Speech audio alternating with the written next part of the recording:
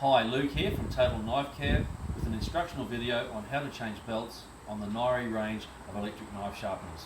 The belts on the KE-3000, the KE-280 and the KE-500 are all the same. The range comes in fine, medium and coarse. It's written on the packet and it's colour coded. Fine in pink, medium in white and coarse in blue. Quite simply, remove the cover. The wheel nut for the 500 is on the top, wheel nut for the 3000 and the 280 is on the bottom. Remove the cover, exposes the wheels. You can see that these wheels have had about 100 knife sharpens. So we've used the front edge of the belt there, we've used about 50 knife sharpens. We've taken both wheels off, turned them around, and we've used the back end with another 50 knife sharpens. So you should be getting about 100 knife sharpens out of a pair of belts. Two simple ways to remove belts.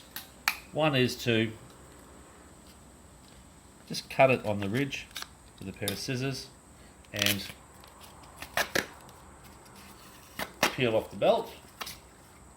But more simply, I like to use a can. I'm using a beer can.